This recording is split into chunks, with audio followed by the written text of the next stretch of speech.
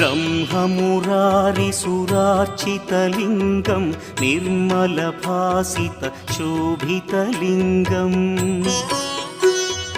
जन्मजदुःखविनाशकलिङ्गं तत्प्रणमामि सदा शिवलिङ्गम् देवमुनिप्रवरार्चितलिङ्गं कामदहन करुणाकरलिङ्गम् रावणदर्पविनाशकलिङ्गं तत्प्रणमामि सदा शिवलिङ्गम्